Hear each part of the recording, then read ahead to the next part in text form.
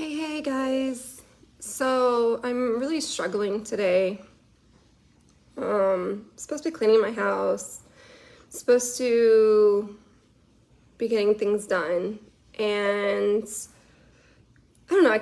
Something's really weighing heavy on my heart, and I wanted to share it with you guys. I want to talk homelessness. I think it's really, really bothering me. I live in Hawaii, as most of you know. I see it every day. Hundreds, thousands of women, children, men living on the street. It's really hard to watch. John, the kids, and I do what we can. We bring them food, we give them our leftovers. We are nice to them, kind to them, give them water bottles so that they can collect 5 cents per water bottle. And I think why this bothers me so much is that everyone that I come in contact with, not everyone, I would say about 80-90% of people I come in contact with, when I mention, or if they've seen a homeless person or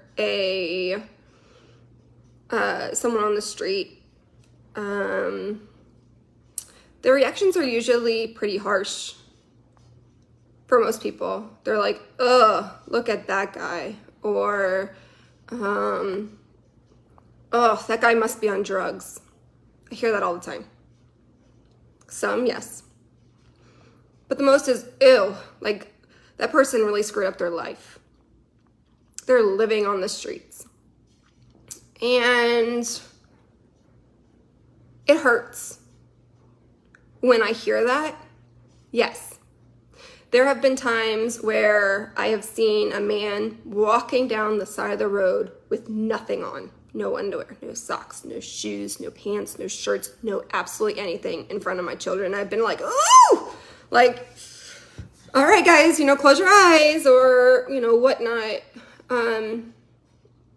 And so, yes, I mean, I've had issues, where I'm like, oh gosh, guys, I don't know.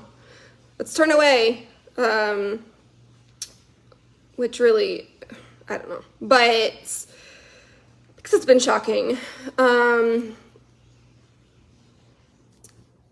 But for the most part, my kids, my husband, and I are very, we'll look at them and be like, how can we help them? Not necessarily giving them money, but what can we do to make their lives happier? To make them feel like they are not scum on earth, like 80% of the people I've talked to tend to do.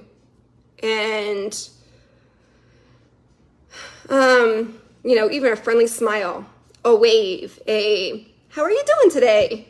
Just something to make them feel like they are human beings, because they are human beings.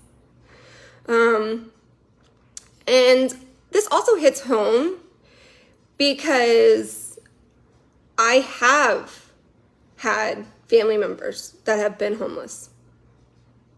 I have. And it's not because of drugs. It is not because of necessarily bad choices. Most of it comes from mental health, poor mental health, and not knowing how to get help, not being in a state of mind where you realize you need help, because there comes a point in time where you're not even all there in your head. You're not, and the reason I knew this is because I've been there. I had severe postpartum depression, borderline psychosis. I came out of it, I recovered, but I remember that point where I think if it would have gone any much longer, like I'm not really sure I would have known I needed help because it's such an out-of-body experience. I mean, I'm not them, I don't know, but in my own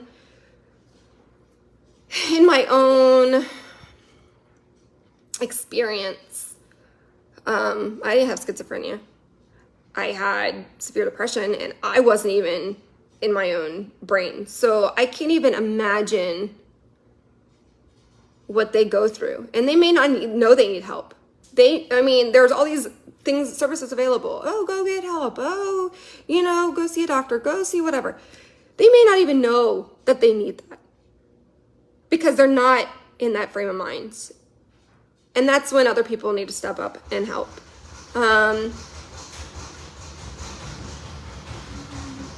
So let me just share. And this is kind of where I'm getting at. I'm sorry to ramble. I think I'm going to start doing more videos like this. Not just about homelessness, but about a lot of things in life. I've gone through a lot in my life. And if I haven't, family members have. Excuse, my washing machine is broken, so it's making a lot of noise as it washes towels. But I'm going to give you a perfect example. My Uncle David passed away a couple months ago. He was one of the most loving human beings on the entire planet. He loved everybody. He loved his family. He loved life. And he grew up. My grandfather was high up in the military. He had they had money. He didn't have mental health issues that anyone was aware of. He, went on, he grew up, he became really, really successful, guys. He owned his own businesses, real estate, owned many houses, made really good money, guys. Like, he was rocking it. Unfortunately, I'm not really sure the time frame, maybe in his 40s, he became mentally ill. I'm not really sure that I was grown at this point, military myself, my husband, and I was traveling, and I'm not really sure at that point. I wasn't around him much because I was raising my own children and living this military life. I wasn't completely around. But I do know at some point there was a change, and he lost his houses. He lost his business.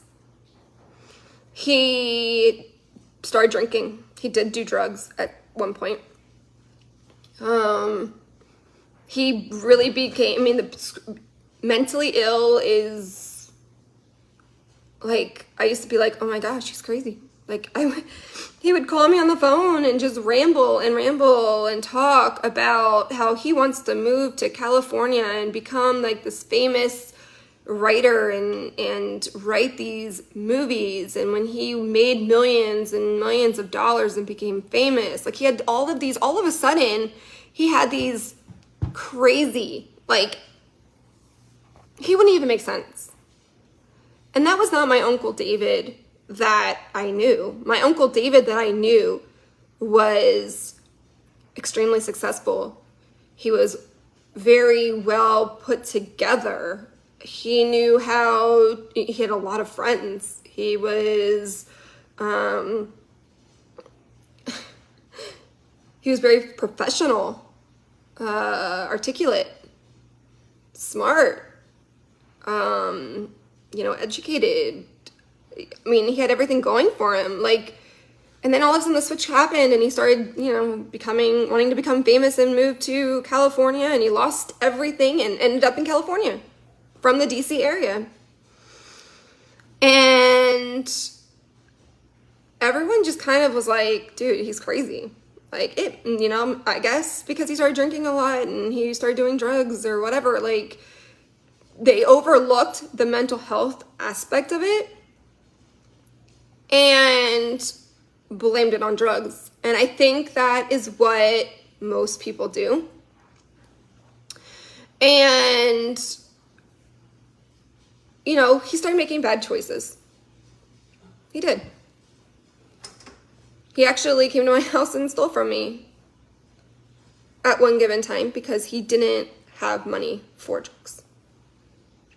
So I lost all my jewelry and valuables. And I was angry for a while, sure. But then I realized he was at such a low point in his life, and he was such an amazing human being before, that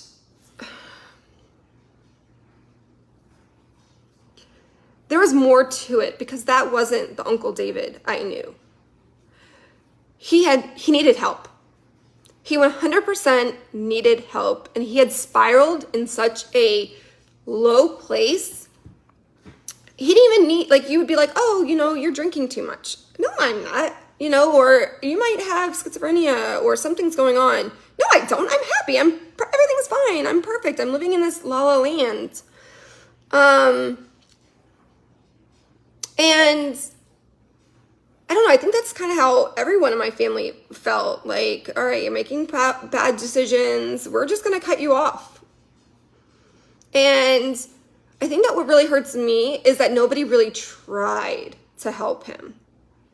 They saw him as all of a sudden like this loser. And instead of being like, dude, there's something not right because this amazing, amazing, amazing human being is spiraling out of control. And instead of being like, okay, there's something wrong, let's get him some help, they walked away. And even though he stole from me, even though he was making bad decisions, I still loved him. I still wanted to support him. Same with my mom. My mom it's not my mom's brother, it's my father's brother.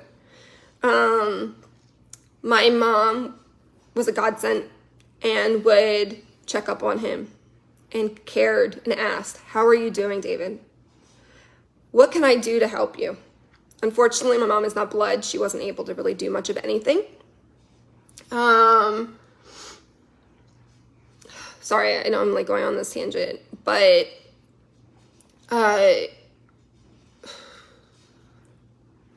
yeah. Besides taking phone calls on occasion, and even then, everyone just cut him off. Like, all right, you're a loser now. See you later. Bye. We're going to go live our own lives. We're going to go be all living in our happy little bubbles. And David, you're just screwed. You're on our own. And that's exactly what happened. And I'm embarrassed to admit that even during these darkest times, he would call me all the time. All the time. Like, sometimes he would call every day. Just to tell me he loved me and he missed me and he was proud of me and to keep going. And he knows that, life can be hard, but he just always wanted to call and just tell me he loved me. And I am so embarrassed now to admit that I didn't answer the phone a lot of times because I knew I was going to hear the same thing. I love you so much, Christina. I'm so proud of you, Christina. And it got like, I was just like, oh, I don't want to hear it. Okay, yes, you love me, Uncle David. And I'm so mad at myself because I didn't take the time to cherish him and, really listen to him and talk to him. And I focused on my own family as well and felt like it was everyone else's responsibility to get him the help that he needed. And I was like, oh, well, that's my dad's job. That's my aunt's job, my uncle's job. That's my mom's job. That's everyone else's job. I'm just a child, I'm just a niece. job. And looking back, I'm appalled at my own actions, because nobody did step up. And I feel like I was one of those. I didn't step up. I felt like other people should, and I think everyone else felt like other people should. And nobody did. And the moral of the story is everyone really cut him off. This amazing human being, all he wanted to do, he never asked for money. He never asked to do anything. All he did was call and tell us he loved us and he missed us and he was proud of us and to never give up. He never called to ask for anything. And none of us really took his call because he was annoying and he was on his own planet talking about getting famous in California. And we just thought he was off his rocker. And now I have to live with the guilt. I did take a lot of his phone calls. I know my sister took a lot of his phone calls. I have a cousin. But we didn't, I tried to be there as much as possible, but I was one of those people that were like, dude, this guy's crazy. Like, okay, I don't want, let's just press ignore. And where I'm getting at is he died of cancer that he never told anybody. And I know a lot of family members say, oh, well, he just didn't want anyone to know. And I struggle with that because I think that if we actually listened and we actually took the time to make him feel like we cared, we could have helped him and he'd still be here today. It was prostate cancer. Treatable, totally treatable. And this is, he's been off our radar. The family shunned him for so many years. I would love to believe that he just didn't want to bother us and he just didn't want us to feel sad for us. And he didn't want us to feel sad for him. And he didn't want to, put that on us, as a lot of family members have said. But I really, deep down, feel like he didn't feel like he had anyone that loved him anymore or cared. And it breaks my heart that he died by himself. No, he had a priest with him. But he died by himself. Not one person for 2 weeks knew he had passed away. Why? Because he was just the uncle that had made bad choices and was living on the street. No one checked in on him. No one cared. And I'm not just blaming it on everybody else. I'm taking full responsibility for myself as well. I did love him. I knew he was going through stuff. I knew that I don't know. I'm having a really hard day today. I could go about what if, and I should have. Hey, Chris. I am just on here talking about my uncle who passed away, who was homeless and suffered from mental illness, and trying to kind of make it known that, all of these homeless people on the streets, they may, I don't know. People look at them like they are scum on earth, but they are human beings who just need love. They need help. And whether they take the help or not, probably not. I've been in the, I don't know. I don't know, to be completely honest. But if nothing else, they just need kindness. Just a simple hello. To make them feel like they are a human being and not some piece of garbage on the side of the road. Yeah, it's really hard. And it can happen to anybody. Like, it can happen to anybody. Any of us could have a switch go off, develop mental illness problems. I mean, I have another uncle who committed suicide, and he was extremely high up in Verizon. You know that commercial? Can you hear me now? Good. He created that. Extremely successful. And he committed suicide. I mean, he had everything that most people want: money, nice houses, cars, all that. So literally, it can happen to anybody. My uncle was extremely religious, Catholic. Like, and you have all these people out here looking at homeless people like they are scum, like they are these god-awful people, and who have made poor decisions. And a lot of them have made poor decisions. I'm not saying that they haven't, but they need compassion. It could be you one day.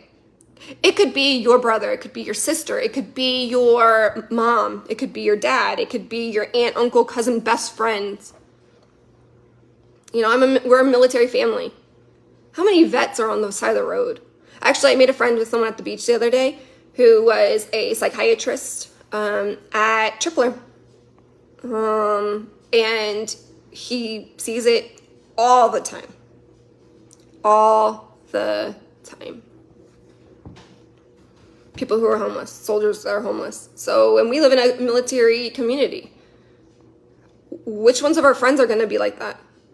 That we love now, but we'll turn our back on later on when they're living on the streets. I just really want everyone to do better. Like, I have another friend that I went to high school with, and her mom was totally normal. Like, worked at the Pentagon, had a really good job, doing really well, and she had a hysterectomy. And when she had her hysterectomy, I don't know if it was like the hormones or what, but she became schizophrenic. And my friend, we were seniors in high school, and you know, we were like, dude, this lady is crazy. She would just, you know, wander around the streets, and she wasn't homeless. She had a home, thank God, because she had family members who gave a crap and took care of her because she was off her rocker. But if she didn't have the support system that she had, this amazing woman who had her master's degree, who was educated, you know, she had everything going for her. She just had a hysterectomy that made her hormones go all out of whack, and she developed schizophrenia. You know,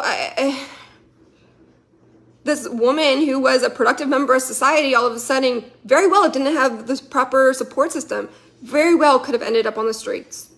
And a lot of people on the streets are there because they don't have that support system. Just think about that. Like, it could be me one day. I mean, I think my kids love me enough, and my husband loves me enough, and my family loves me enough to, like, get me help. Even if I say I don't want help, to get help, I don't know. You just never know. So just please, just be compassionate. You see that person on the side of the road, you don't have to give them money, but just a smile, a wave. You know, it's really not that hard. It's not that hard just to be a good human being. Definitely doesn't make the situation better, you know, judging them.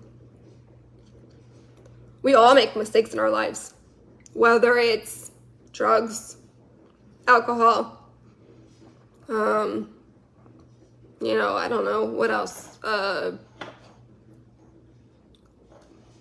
cheating, infidelity, I don't know.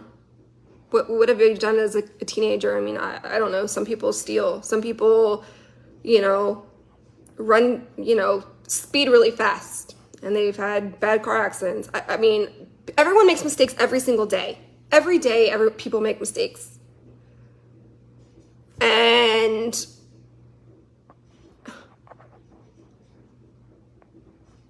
I don't know. Everyone makes mistakes, and they are people and they're humans, and they just deserve love and a smile and a leaf. Anyway, I'm sorry to ramble and to go on and on and on, but like, it's been eating at me. It's really been eating at me. And maybe people who I surround myself with, maybe, I don't know. I don't know. Just please, guys. It could be anybody. It could be any of us one day. Mental health doesn't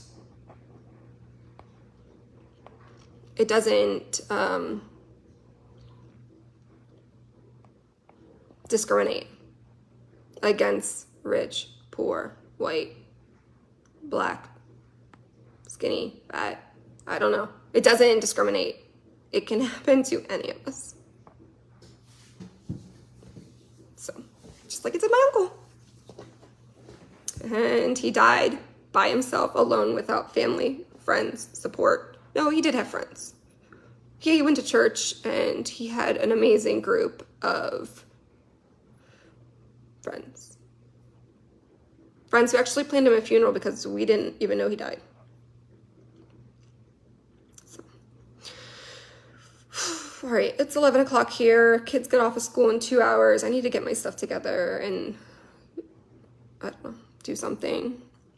Thank you, Chris.